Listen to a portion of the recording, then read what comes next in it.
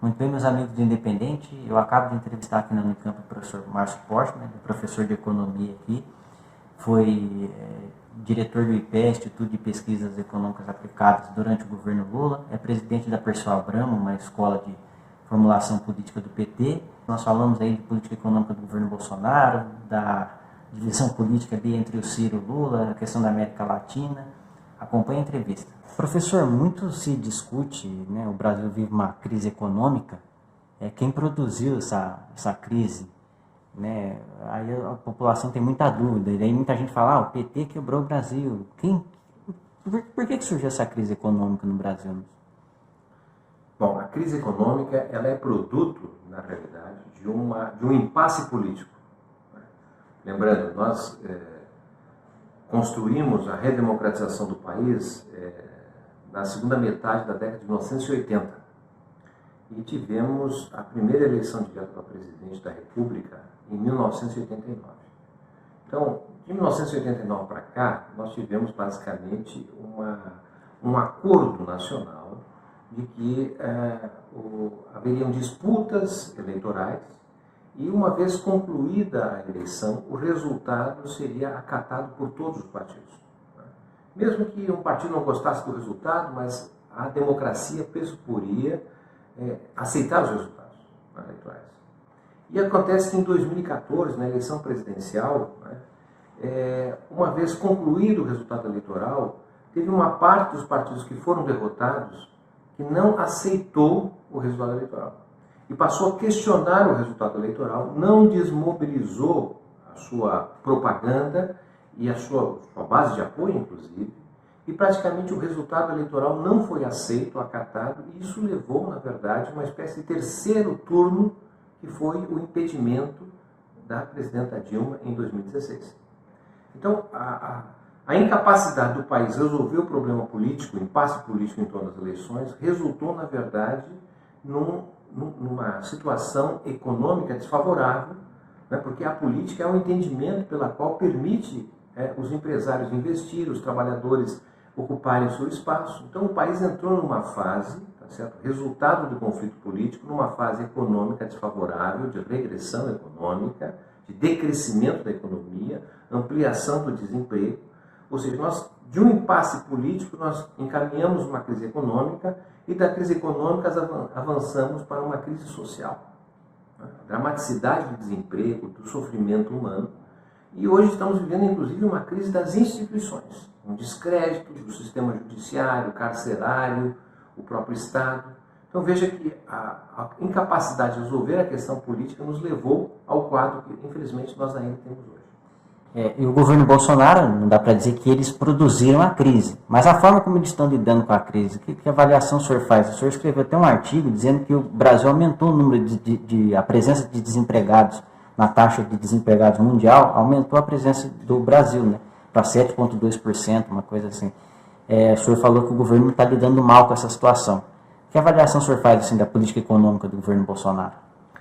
Bem, o atual governo tem uma visão que é que o problema do desemprego, ele não desconhece o problema do desemprego, do sofrimento humano, e está apresentando, diante dessa doença, um remédio. Né?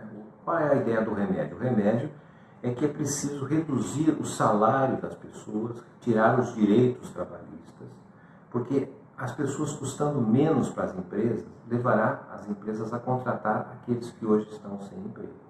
Então nós tivemos, não foi só o governo Bolsonaro, também já no governo Temer, por exemplo, uma chamada reforma trabalhista. Esse é um nome que, na verdade, foi dado, mas no fundo era para tirar direitos dos trabalhadores, não é? Porque achou-se que ao custar menos o trabalhador, a empresa estimularia a contratar mais. Depois nós tivemos outras reformas, tá certo? O congelamento do gasto público no Brasil, a emenda 95, nós tivemos a aprovação da lei da terceirização, que favoreceu a terceirização nas empresas. Agora estamos concluindo a reforma previdenciária. O que é a reforma previdenciária? A reforma previdenciária é fazer com que as pessoas levem mais tempo para se aposentar, ou seja, contribuam mais e depois, quando tiver a possibilidade de se aposentar, vão se aposentar com menos com o que se ganha hoje. Então, essa é a concepção que o governo está tendo, a concepção de que para poder enfrentar a crise é preciso reduzir o salário dos trabalhadores. Ocorre que nós não temos experiência em outros países que esta receita, não é, seja capaz de reverter a doença. Na verdade, está levando o paciente a ficar mais doente ainda.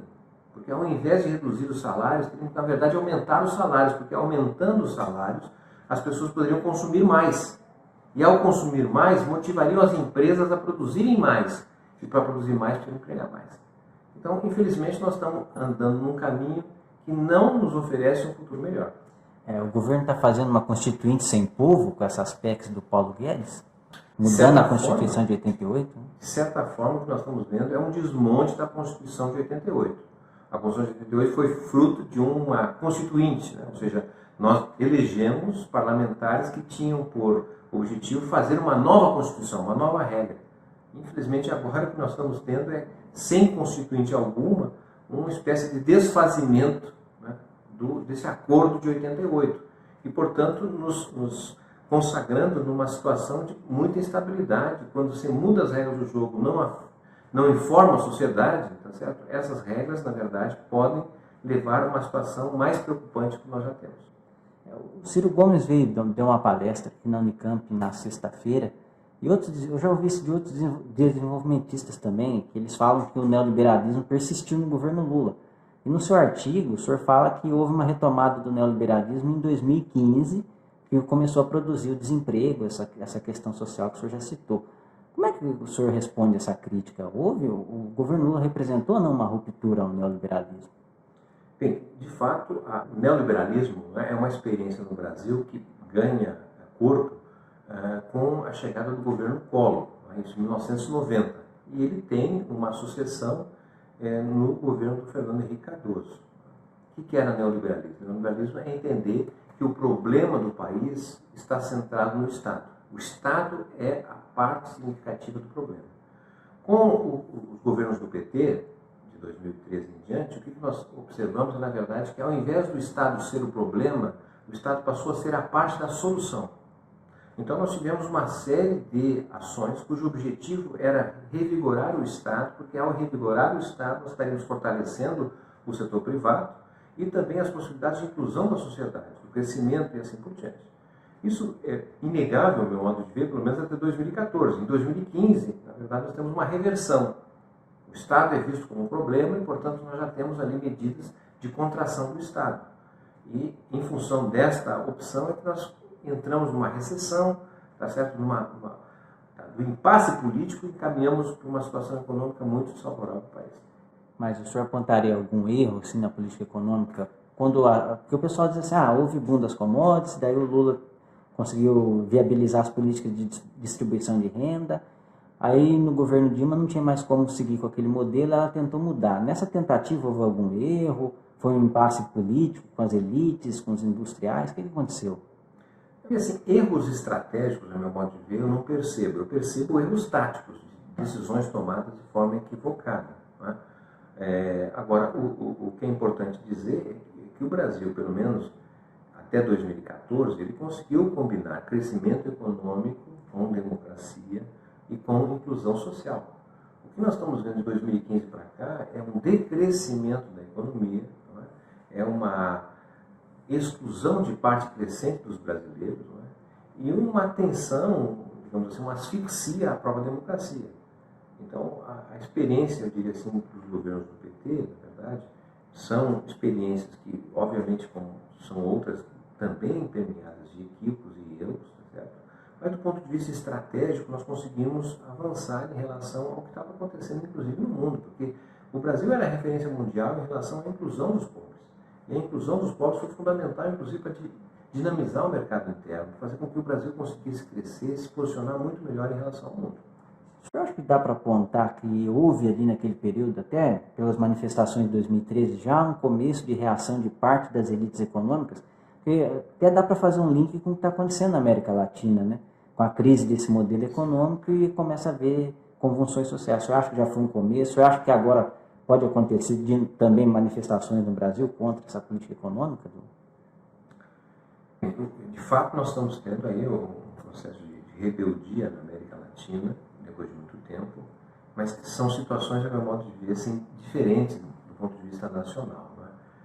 talvez dessas que aconteceram até agora, eu diria que a experiência da Bolívia e do Chile se aproximam daquela que o Brasil viveu em 2013. Né? No Chile, inclusive, os estupins foram justamente o aumento do preço da tarifa, como foi aqui em São Paulo e depois teve repercussão nacional. A Bolívia já é alguma coisa que se assemelha ao Brasil em 2016, que na verdade é a tentativa de retirada, de fato, de um governo democraticamente eleito, que era o Evo Morales. Poderia haver questionamentos sobre a eleição, mas na verdade ele ainda era presidente e tinha cumprido o mandato por mais de um período. Isso aí foi praticamente impedido. Né? Então, se assemelha com o Brasil. Agora, por outro lado, Equador, por exemplo, Colômbia, né? Peru, por exemplo, são, eu acho, realidades que têm a ver muito mais com isso que o Brasil começa a viver agora, que é esse quadro, tá certo, de piora, de gravidade, de queda da qualidade de vida. Então, em 2013, eu diria assim, foi um pouco da afluência da sociedade, da melhora da sociedade, que fez com que determinados segmentos desejassem mais do que já tinham. Estavam, na verdade, preocupados com a velocidade da melhora. Dizem assim, olha, eu quero na saúde padrão FIFA. Eu não quero só padrão FIFA no futebol, eu quero na saúde, eu quero na educação, eu quero no transporte. Ou seja, queria aumentar a velocidade do conjunto de melhorias que o Brasil está vivendo. Agora, no quadro atual, nós não temos melhorias. Na verdade, é uma resistência para evitar pioras. Tá certo? Então, esse ambiente, na verdade, resulta de, possivelmente, questionamentos que são diferentes daqueles ocorridos em 2013. Professor, alguns intelectuais avaliam que existe uma hegemonia neoliberal no discurso, na economia, e que a esquerda não consegue romper isso. Por que não consegue? É falta de força política ou a esquerda não tem uma proposta alternativa viável? O que acontece na sua avaliação? Eu diria assim, nós estamos vendo aqui no Brasil uma nova maioria política, uma maioria, digamos, no parlamento, de deputados, senadores que foram eleitos, não é? E que defendem o programa econômico que está sendo implementado. Não é? Há uma maioria que resulta, inclusive, da convergência dos meios de comunicação. Todo dia, na rádio, no jornal, na televisão, sempre falando a mesma coisa. É contra o Estado, é culpa do PT, etc. Tá certo? Então você tem uma maioria ali.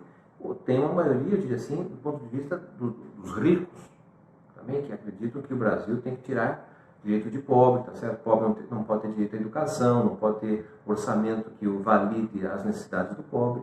Então, o Brasil, na verdade, está submetido a uma maioria e o que resta, para a esquerda, dos progressistas, é uma parcela de ações, tanto no parlamento como na sociedade, que a coloca em dificuldade. Ela não tem voto suficiente para reverter o que está acontecendo no Congresso. Então, eu diria assim, essa é a principal questão. É política, né? Exatamente. E por isso que esse ano que se aproxima, que é um ano eleitoral, que é um ano em que, de certa maneira, o povo brasileiro está sendo chamado para se posicionar nas eleições municipais, que nós teremos, de certa maneira, ali uma indicação melhor se, de fato, essa maioria que sustenta o neoliberalismo estaria tão comprometida que abriria espaço para os progressistas da esquerda, digamos, voltar a ter alguma hegemonia em relação à condução das políticas econômicas, sociais, culturais do país. Você acha que essa briga do PT com Ciro Gomes, as trocas de farpas do Lula com Ciro, dificulta mais esse quadro político ou é do processo, é normal, porque a eleição está longe? O senhor tem uma avaliação, uma análise? É democrático, é natural que as pessoas tenham opiniões diferentes, eu não vejo isso como problema. Eu acho que há uma unificação, no caso dos dois personagens aí, em relação a uma crítica ao governo Bolsonaro. Né? O que tem de diferença, talvez, é o entendimento do que foi o governo do PT. Então, o Ciro tem uma visão mais crítica, o governo do PT defende o que fez. Né? Então, eu acho que, no fundo, a divisão é muito mais em relação ao passado do que em relação ao futuro. Né? Então, vejo, na verdade, a possibilidade desses dois personagens, dos seus partidos, enfim, estar junto numa perspectiva de superação do que representa o governo Bolsonaro. O que você acha da liderança do Lula agora que ele saiu da prisão, né? Prisão que o senhor certamente considera arbitrária? O que você acha que a liderança do Lula pode exercer nesse processo de dificuldade política que a esquerda tem? Bem, chamar a atenção que o Lula continuava fazendo política mesmo preso. Impressionante a capacidade de agregar ações, agregar movimentos, e mesmo cidadão preso. Isso é inédito no Brasil. Nunca tivemos um personagem político com tamanha identificação do povo, mesmo sendo preso. Né? E uma vez libertado, né, ele, na verdade, altera a correlação de forças no Brasil, né? Muda o centro da política e há uma redivisão, diria assim, do quadro político-eleitoral no país. Em tão pouco tempo, na verdade, os pronunciamentos tiveram uma repercussão muito grande e eu acredito que, na verdade, a esquerda, de maneira geral, voltou a ter alguém que pode protagonizar uma fala mais direta com o povo mais sofrido desse país, que é uma das grandes carências da esquerda hoje, é um diálogo franco, sincero, com o povo mais humilde do Brasil. Né? Então, o Lula tem, de fato, a ideia do lulismo, essa fala mais direta e objetiva que, no nosso ponto de ver, faz toda a diferença nesse enfrentamento com o neoliberalismo e com o governo Bolsonaro. A gente fala em neoliberalismo, mas pode também haver autoritarismo, que até o Guedes, o Paulo Guedes, o ministro da Fazenda, falou em AI-5, o filho do Bolsonaro também falou. Vem essa... O que o senhor acha? Você acha que pode haver uma guinada autoritária e fascista do governo Bolsonaro? Eu diria que nós não estamos imunes a isso, tá? Porque, infelizmente, somos um país que não tem tradição democrática. Né? Nossa história está premiada de autoritarismo e esse autoritarismo sempre se revela diante da manifestação do povo. Todavia, precisamos reconhecer que essas manifestações que tem havido, desde de um filho do atual presidente ou do seu ministro da Fazenda, agora mais recentemente, resultam justamente da dificuldade do atual governo conviver com a democracia. Porque a democracia é muito mais forte na medida que tem oposição forte, que tem a possibilidade de se posicionar, oferecer alternativas.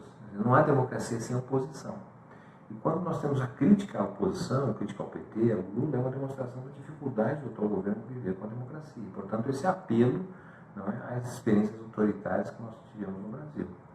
Não acredito que isso tenha, na verdade, condições de sustentar, mas são ameaças que, para um país, né, como se diz o ditado popular, gato escaldado tem medo de água fria. Haveria alguma hipótese em 2018 do senhor ser ministro da Fazenda, caso o Haddad vencesse? Porque eles têm muito preconceito com intelectuais desenvolvimentistas. Você acha que haveria alguma possibilidade? É difícil falar sobre hipótese, na verdade. Né? A gente ajudou diretamente na produção do programa de governo, né? Que foi talvez um dos programas mais avançados que nós tivemos desde as eleições que o PT participou. Né? Agora, a definição de personagens para a implementação do programa, isso depende de um arranjo político, de aliança, que é muito difícil de fazer qualquer afirmação previamente. Mas eu me sinto muito confortável e feliz por ter dado essa minha contribuição no programa, né? Porque, infelizmente, vivemos num país cujo sistema eleitoral é quase que antipartidário. Né? A gente, infelizmente, não vota no programa, no partido, termina votando em pessoas. E isso não ajuda muito na democracia, mas um programa para fazer, de fato, o Brasil diferente, para mudar, isso foi, digamos, um esforço grande do ano passado, 2018. O senhor já falou de arranjos políticos, eleição. O senhor vai ser candidato a prefeito aqui de Campinas no próximo ano? Nós teremos, de fato, eleição no ano que vem, né? Eleição municipal. E eu já tive a oportunidade de participar 2 vezes, em 2012 e 2016, com a candidata a prefeito de Campinas. Me honrou muito, foi uma experiência muito positiva.